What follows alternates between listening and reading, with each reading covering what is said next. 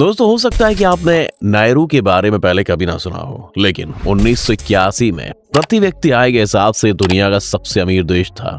यहाँ की GDP per capita उस वक्त $27,000 थी। इसी समय अमेरिका की जीडीपी पर कैपिटा $14,000 पर थी। भारत तो आज 2023 में भी $2,200 पर है।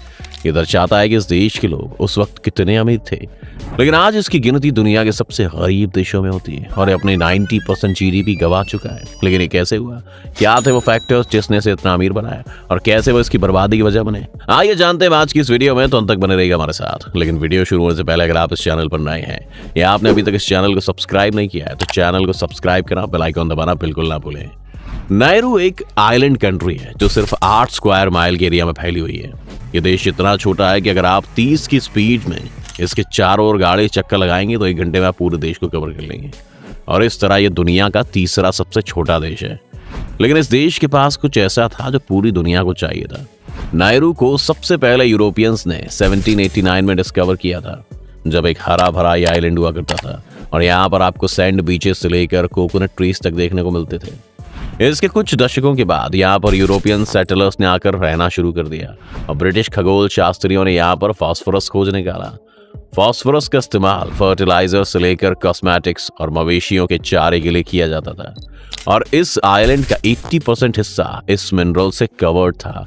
इसके बाद यहाँ के फास्फोरस माइनिंग राइट्स जर्मनी को बेच दिए गए, जिनका उस समय वहां पर कब्जा था और हर साल करीब 80 मिलियन मैट्रिक टन फास्फोरस यहाँ से बाहर शिफ्ट किया जाने लगा।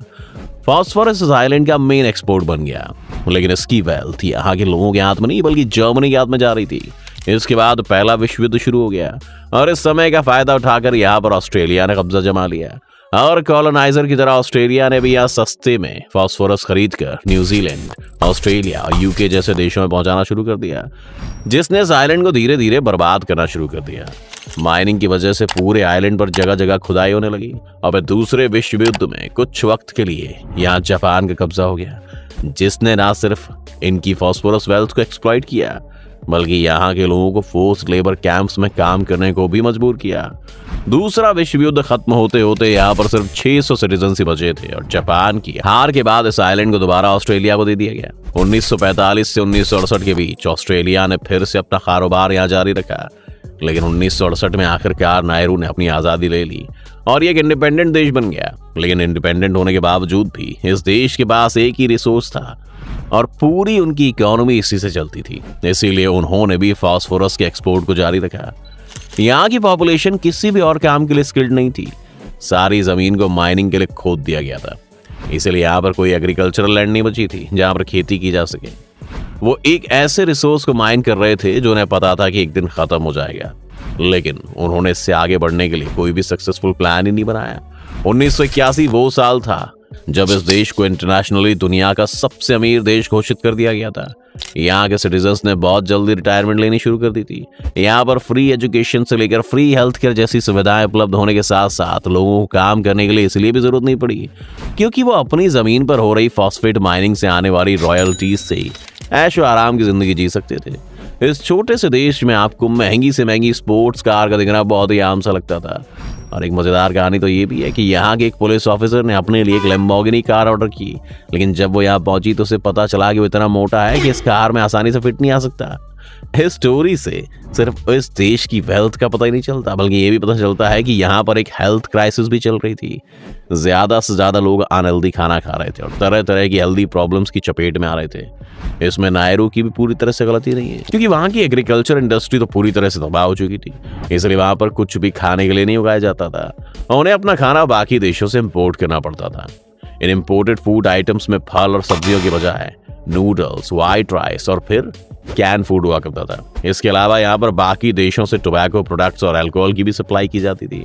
एक बेहतरीन एजुकेशन सिस्टम होने के बावजूद भी लोग अपनी हेल्थ को लेकर कुछ नहीं कर रहे थे। इसके बाद जब यहाँ पर फॉस्फेट माइनिंग बहुत कम हो गई, तब कोई एग्रीकल्चर इंडस्ट्री ना होने के कारण लोग सस्ता कैन फूड इंपोर्ट करने के लिए और भी ज्यादा मजबूर हो गए।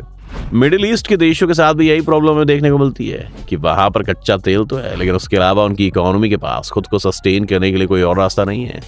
अब मिडिल ईस्ट के देशों ने अपनी स्ट्रेटजी को बदलना शुरू किया है, जैसे कि वो टूरिज्म की तरफ ध्यान दे रहे हैं, साथ ही सोवरेन नेशनल फंड्स बनाकर अलग अलग ग्लोबल कंपनीज में इन्वेस्ट भी कर रहे हैं, ताकि वहां से जो प्रॉफिट जनरेट हो उससे वो अपने देश की इकोनॉमी को चला सकें।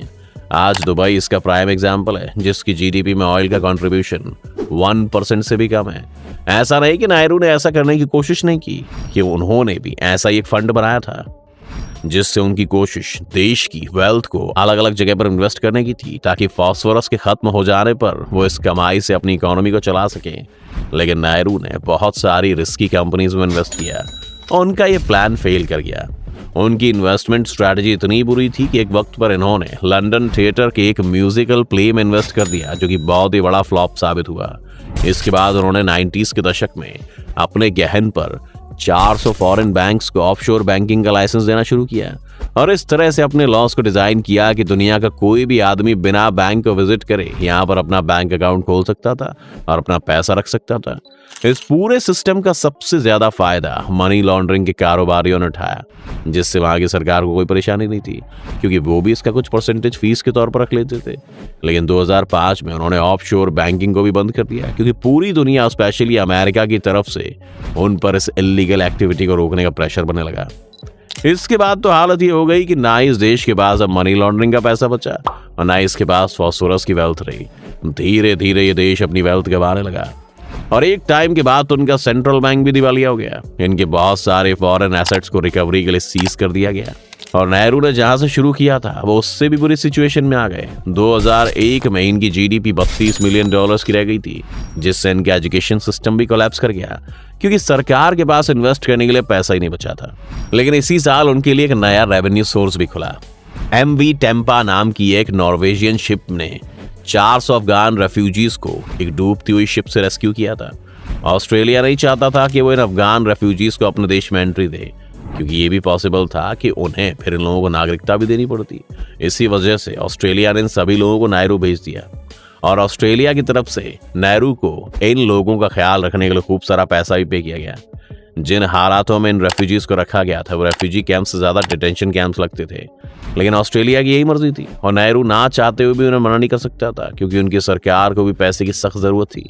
तब से लेकर नेहरू की यही स्ट्रेटजी है, जब भी किसी देश को अपने यहाँ रेफ्यूजीज को नहीं लेना होता है तो वो उन्हें नेहरू भेज देते हैं और इसके बदले नेहरू को कुछ अमाउंट पे कर दिया जाता है। ये बिजनेस मॉडल कब तक चल सकता है ये कहना तो मुश्किल है, लेकिन अभी तक तो ये काम कर रहा है। 2021 के आंकड़ों के हिसाब से अभी नेहरू में 10,000 लोग रहते हैं और यहाँ की पर कैपिटा जीडीपी इनकम अभी भी $12,000, जो कि भारत से 6 गुना है और ग्लोबल एवरेज के बराबर है। लेकिन इसी के साथ साथ ना ही वहां पर किसी इंडस्ट्री के सेटअप होने का कोई चांस है और ना ही वो एग्रीकल्चर की तरफ वापस जा सकते हैं। ये एक ऐसा देश है जो फॉरेन एड पर चल रहा है और इसकी इकोनॉमी ऐसे कोमा में है जहां ना उसे जिंदा मान सकते हो ना ही मुर्दा। खैर, ये तो थी नेहरू की कहानी, दुनिया का सबसे अमीर देश जो आज वेंटिलेटर पर है।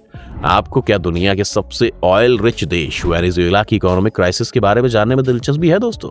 हमें कमेंट सेक्शन में लिखकर जरूर बताइएगा। उम्मीद है आपको आज की इस वीडियो से काफी कुछ नया सीखने को मिला होगा।